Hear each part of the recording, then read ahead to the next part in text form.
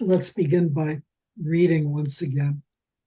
Let's read chapter 9, verses 15 to 22. Therefore, he is the mediator of a new covenant, so that those who are called may receive the promised eternal inheritance, since a death has occurred which redeems them from the transgressions under the first covenant. For where a will is involved, the death of the one who made it must be established. For a will takes effect only at death, since it is not in force as long as the one who made it is alive. Hence, even the first covenant was not ratified without blood. For when every commandment of the law had been declared by Moses to all the people, he took the blood of calves and goats with water and scarlet wool and hyssop, and sprinkled both the book itself and all the people, saying, "This is the blood of the covenant which God commanded you." And in the same way, he sprinkled with the blood both the tent and all the vessels used in worship. Indeed, under the law, almost everything is purified with blood, and without the shedding of blood, there is no forgiveness of sins. Let's start with the importance of blood. What significance does blood have? I was thinking that it's the elixir of life. Uh-huh. And what about its shedding? The sacrifice? It's a sacrifice. What does it accomplish? A gift to it's fulfilling God's request to sacrifice the bull. Atonement. Animal. Why does God want a sacrifice of bulls? The place of people shedding blood, having to shed blood. Uh-huh. It's To a do what? sacrifice. To do what? What is the function of blood in sacrifice? Atonement of sins. The taking of a life. It's the ultimate sacrifice you can make. Your blood, with your blood goes your life. That was proven, I guess, not proven, but I would say that was suggested by Jesus on the cross. Uh-huh. I love the way he says, uh-huh. So one is the forgiveness of sins, right? Redemption. As in Jeremiah, I will remember their sins no more. And so that's basically what you said, Diana. There are two other major functions of blood in sacrifice. What does blood accomplish? In my Bible, it talks about the blood of animals becoming a cleansing symbol among the Old Testament. Mm-hmm. I don't see how blood can be a cleansing symbol. I mean, we've seen blood. Blood is cleansing or purifying. Yeah, I had a question about that last week, and I meant to ask you, because it seems so bloody. I mean, the whole process, sprinkling blood over everything and people, and a lot different than sprinkling holy water, you know. So I was going to ask you the significance, and I know you're telling us now. I should shut up and listen. So no, so I mean, in some sense, I mean, the temple has been described as, what is it called? A slaughterhouse. yeah. So in some ways, the temple is a slaughterhouse, and the major function of the temple is to serve as a slaughterhouse. So it's a place where it's predominantly devoted to sacrifice. So a slaughterhouse with animals, goats, sheep, oxen, cattle being slaughtered, birds being slaughtered.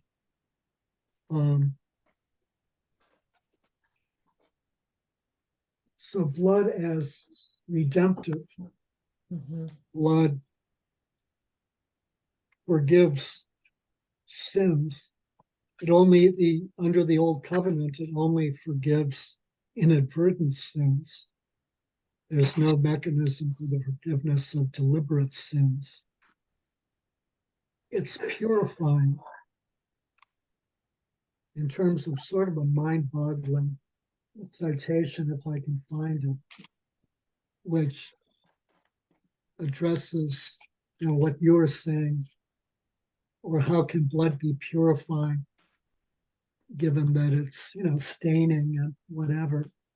Revelation chapter 7, starting at verse 9. After this I looked, and behold, a great multitude which no man could number, from every nation, from all tribes and peoples and tongues, standing before the throne and before the Lamb, clothed in white robes with palm branches in their hands. So notice, clothed with white robes, and crying out with a loud voice, salvation belongs to our God, who sits upon the throne, and to the Lamb. And all the angels stood around the throne and round the elders and the four living creatures, and they fell on their faces before the throne and worshiped God, saying, Amen. Blessing and glory and wisdom and thanksgiving and honor and power and might be to our God forever and ever. Amen. Then one of the elders addressed me, saying, Who are these clothed in white robes, and from where have they come? I said to him, Sir, you know. And he said to me, These are they who have come out of the great tribulation. They have washed their robes and made them white in the blood of the Lamb. So blood as purifying. But remember, just previously in verse 14, starting in verse 13, for if the sprinkling of defiled persons with the blood of goats and bulls and with the ashes of a heifer sanctifies for the purification of the flesh, how much more shall the blood of Christ, who through the eternal Spirit offered himself without blemish to God, purify your conscience from dead works to serve the living God. So we have the importance of blood for purification, for washing white. And so under the old covenant, it sanctifies for the purification of the flesh. So it purifies externally. You are not unclean. In the new covenant, it purifies your conscience from dead works to serve the living God. So does anyone remember our discussion of the meaning of purify your conscience from dead works to serve the living God? So the old covenant specifies all of these rules, the purity laws, the dietary laws, and fundamentally they're imposed on without. So they're rules to be followed. And the problem is that because there are rules to be followed, you believe that by following them, you'll be justified before God. But you can't possibly be justified before God, partly because it's almost impossible to follow them, and also because they're imposed from without. And also because there is no mechanism for the forgiveness of deliberate sin, only of inadvertent sin. So then the focus becomes on, doing these things. And those are dead works. You believe that through your works, through your observance of the law, that you can be saved. But the Day of Atonement, for example, is itself a reminder that the covenant has already been broken. Hence, the high priest has the bull. Why does the high priest have the bull? Because the first high priest committed idolatry and organized the whole proceeding. So then the notion that you can be redeemed through following the law or through works doesn't work. All you can do is be made clean on the outside, be made ritually pure, but that's only ritually. And so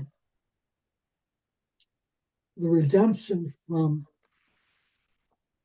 Christ is that it purifies our conscience, allowing us an eternal redemption. So we were beginning to talk about how it is that our conscience is purified and what that means.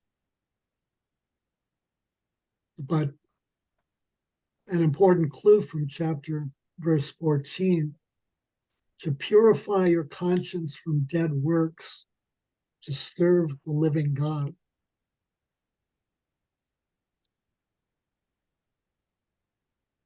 And so then going back to Jeremiah, there's clearly, sort of a twofold focus there, as opposed to the old covenant, in which the rules, the law, epitomized or represented by the Ten Commandments, are written in stone to represent the fact that they're external and that they reflect the hardness of the Israelites' hearts.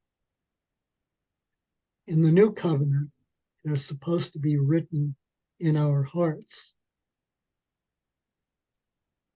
They are written in our hearts. And because they're written in our hearts, they're internal to us. They're not external to us. They're not imposed on us from without. They're a part intrinsically of who we are. And that in turn allows us to serve the living God. So you notice that there's a difference when laws are imposed on you from without. The measure of success is how well you follow the law. Those are dead works. When the law is written in your heart, there's no measure of success.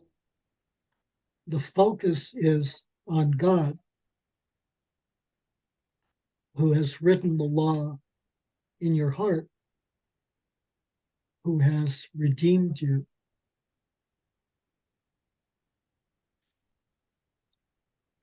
And so there's a shift of focus here, away from dead works to serve the living God.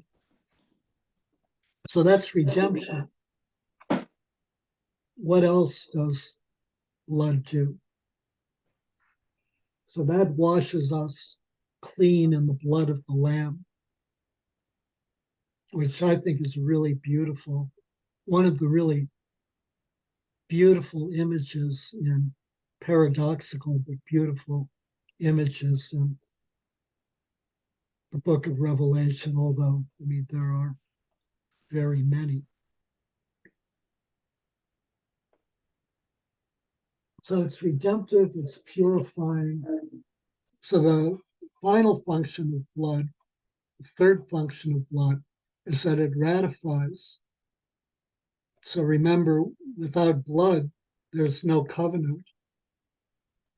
So in the Abrahamic covenant, the animals were sacrificed and God walked between them to indicate that those animals were a stand-in for himself, that if he broke the covenant, then he would die. Of course, God can't break the covenant and can't die. That's all beside the point. The point is that blood is required to confirm a covenant, and the blood indicates that the blood is the equivalent of a sworn oath that if you violate the covenant, you are worthy of the fate of the animals that have been sacrificed to ratify the covenant. So that was the Abrahamic covenant. I think we've looked at it again. We looked at it before. But let's look at the Mosaic covenant as well. It's Exodus chapter 24. And so in chapter 20, God gives Moses the 10 Commandments. And then he goes on to add, the body of the Mosaic law. There's a lot more of it contained in Leviticus, but this concerns the worship and ritual, the laws on justice, laws on sacrifice, laws of restitution, laws of violence, the sabbatical year and the Sabbath. And so then in chapter 24, starting in verse 3, Moses came and told the people all the words of the Lord and all the ordinances. And all the people answered with one voice and said, all the words which the Lord has spoken, we will do. And Moses wrote all the words of the Lord, and he rose early in the morning and built an altar at the foot of the mountain and 12 pillars, according to the 12 tribes of Israel. And he sent young men of the sons of Israel, who offered burnt offerings and sacrificed peace offerings of oxen to the Lord. And Moses took half of the blood and put it in basins, and half of the blood he threw against the altar. Then he took the book of the covenant and read it in the hearing of the people, and they said, all that the Lord has spoken we will do, and we will be obedient. And notice earlier they said, all the words which the Lord has spoken we will do in verse 3. So they're essentially repeating it now. They said it in the first place to indicate that they're willing to enter into the terms of the covenant. But they haven't entered into the terms of the covenant yet because there's been no ritual and no shedding of blood that would create the covenant. So at this point, that's merely a promise that has no real standing. So the second time they say, all that the Lord has spoken we will do, and we will be obedient. And Moses took the blood and threw it upon the people, and said, so notice that he's already taken the blood and thrown it against the altar. So God has entered into the covenant. So the question then is, will the people enter into the covenant? So the altar is, a stand-in for where God is present. So effectively, the blood is thrown upon the altar, which means that it's thrown upon God. So he reads the book of the covenant. They say all that the Lord has spoken, we will do. And Moses took the blood and threw it upon the people and said, behold the blood of the covenant which the Lord has made with you in accordance with all these words. And so by the blood of the sacrificed animals, the covenant is ratified. So those are the three major functions of blood. And so that means that by Christ's blood, the covenant is ratified. But then also remember, going back, the punishment for the violation of the breaking of the covenant is death. The old covenant was broken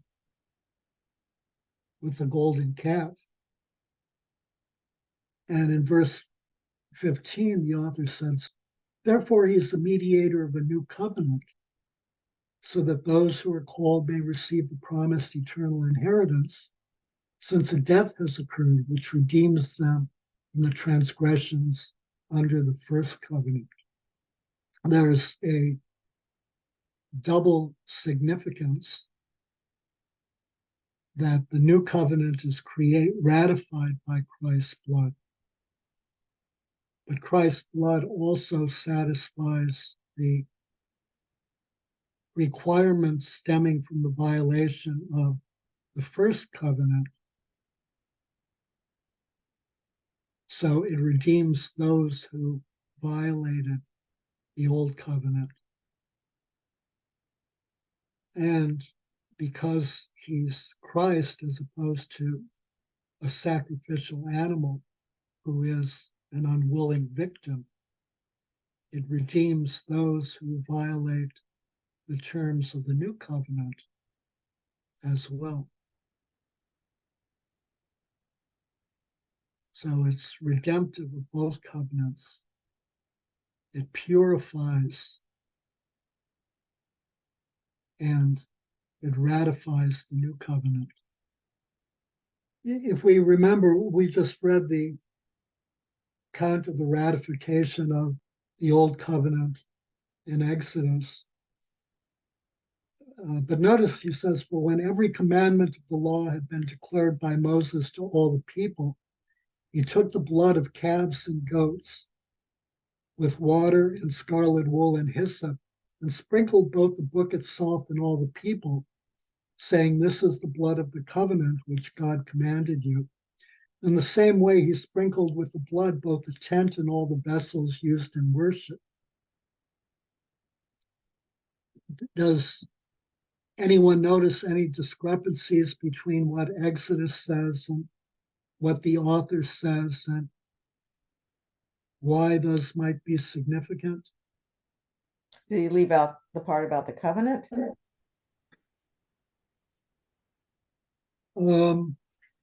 Using that word directly?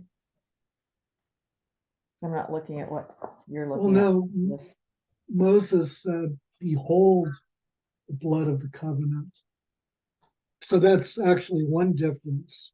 Moses is, you could say, misquoted. Why is Moses misquoted? This is the blood of the covenant. He's changed it to the words of the Last Supper.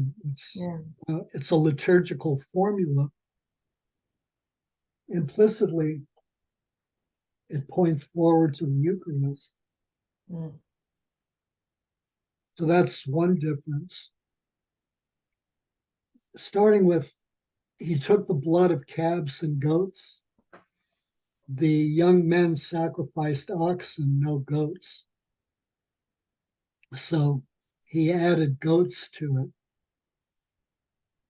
and sprinkled both the book itself and all the people. The book was not sprinkled, only the people. And in the same way, he sprinkled with the blood both the tent and all the vessels used in worship. The tent didn't exist yet. There was an altar built, but no tent. And there's no mention of the sprinkling of vessels. And so he's sort of embellished a bit. And then also, he took the blood of calves and goats with water and scarlet wool and hyssop. There's no mention of water or scarlet wool or hyssop. So any idea of why he might have done that? He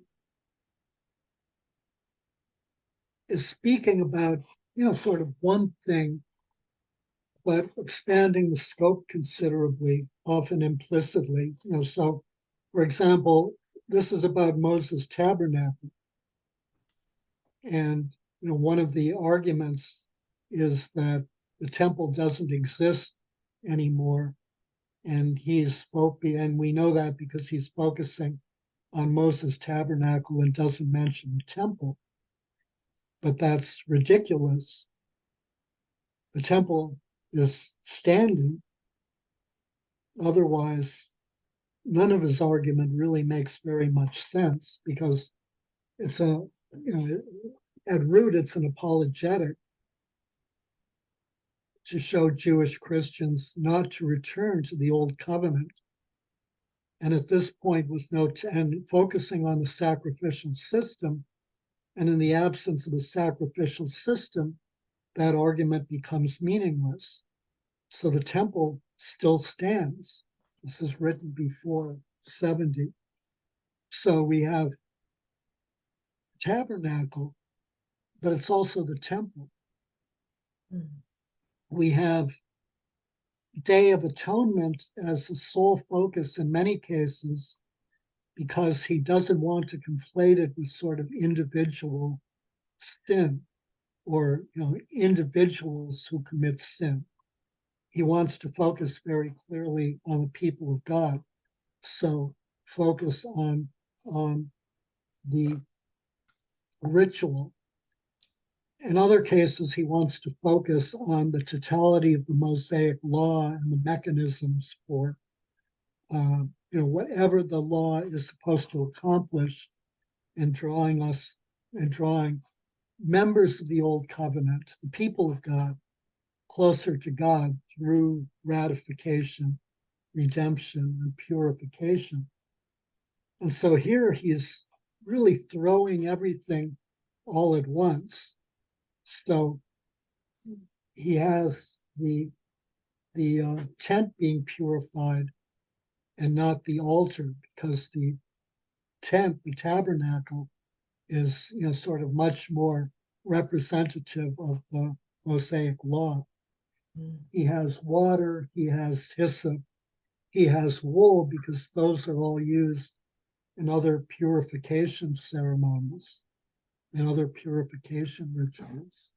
The point is that he's sort of broadening his scope to move toward the ways in which the Mosaic law in general purifies, all of which are inadequate, which serves then as kind of a lead-in to the very next verse that we'll read next week, in verse 23.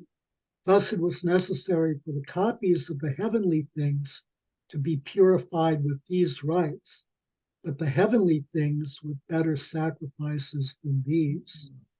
So we have a totality of the sacrificial system, which is what he is merging into the ratification ceremony in Exodus, pointing forward to the heavenly sanctuary. And so he's been, accused of being confused and not being certain and whatever. But that, I think, is not accurate. And so I think that's the reason that he's doing this.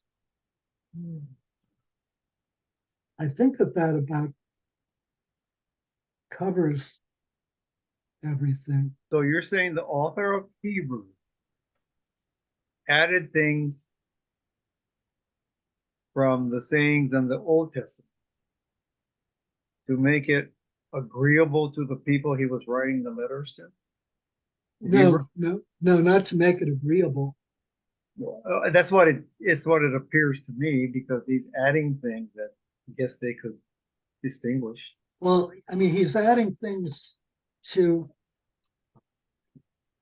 point forward to greater things or something else. So he changes the behold to this because that's the liturgical formula used in the Eucharist. Yeah. And so implicitly then, he wants to point forward not only to Christ's death on the cross, but to the Eucharist as a sacrifice. Okay. And and there, sort of the notion of, so Christ's sacrifice is a one-time sacrifice.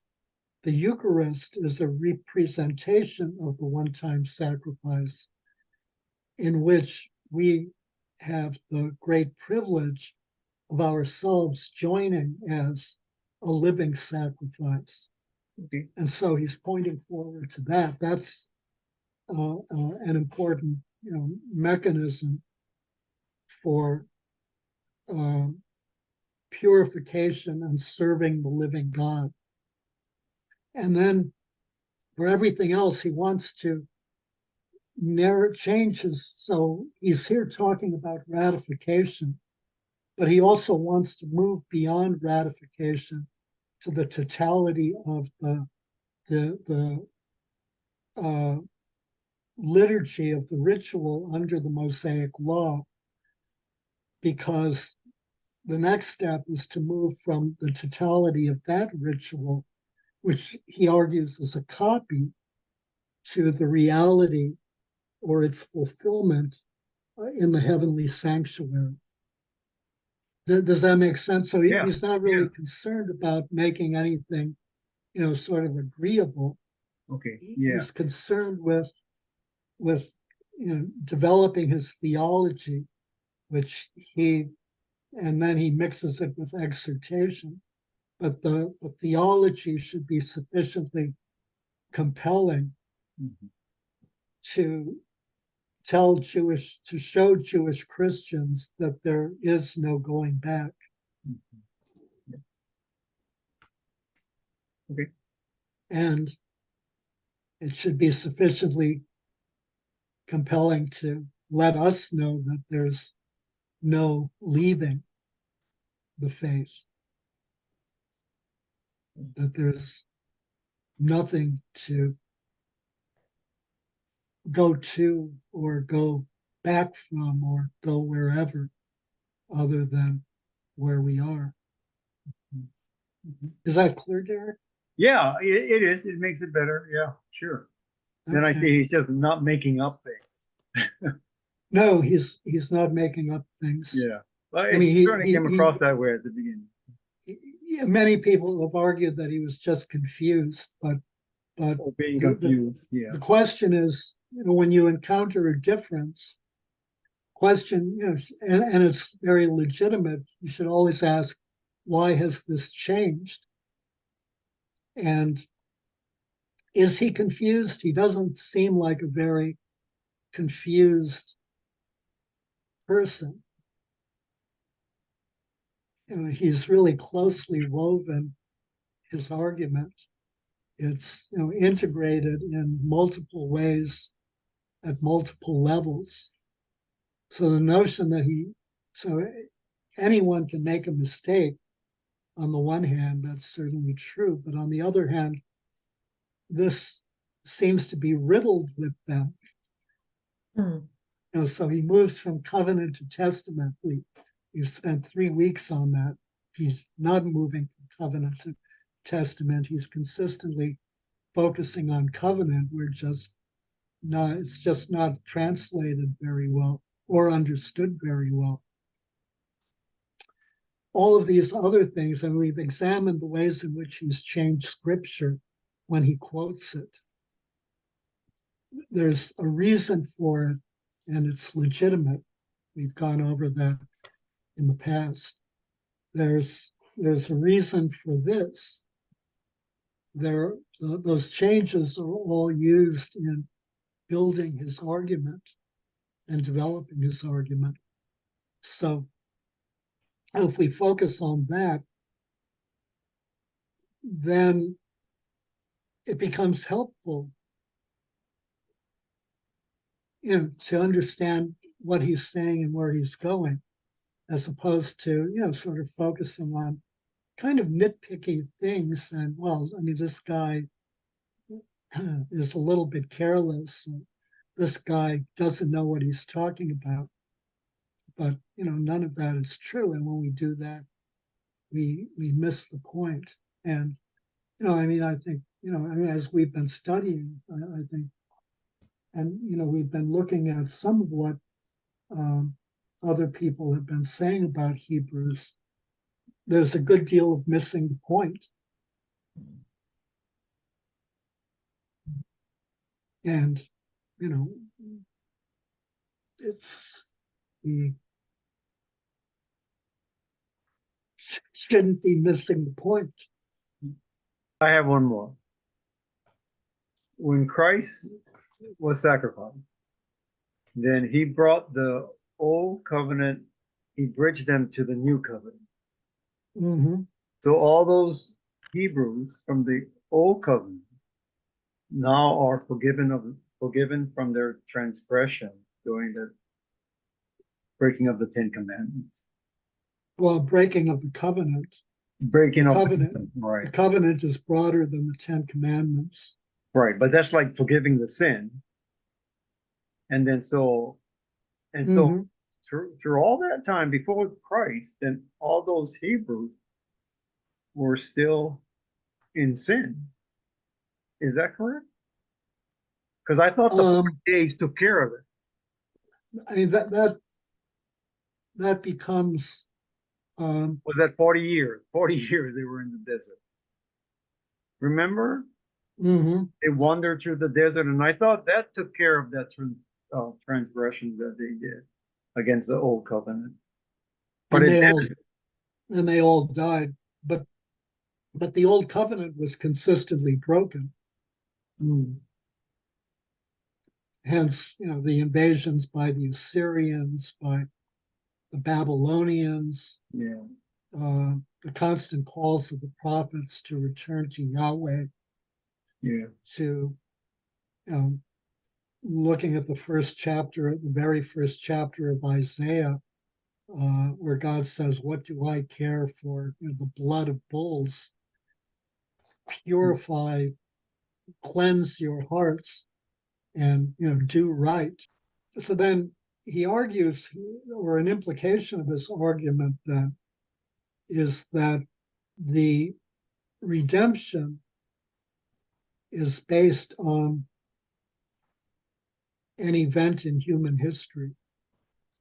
So the redemption of those in the past is based on an event in the future. Then the question becomes, how does that affect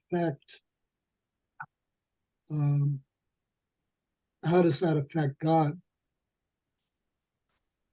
And how does that affect heavenly realities? And the problem again here is that God is outside of time, yet redemption appears to be based on an event bound to time. But in a heavenly reality, does that event occur in time, or is it also outside of time?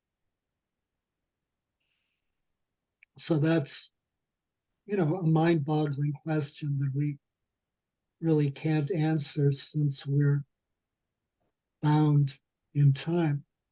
But nevertheless, it's an intriguing question that the salvation of those of the old covenant is based on Christ's sacrifice, which is a historical event in time, in the future, after they've died, without knowledge of Christ.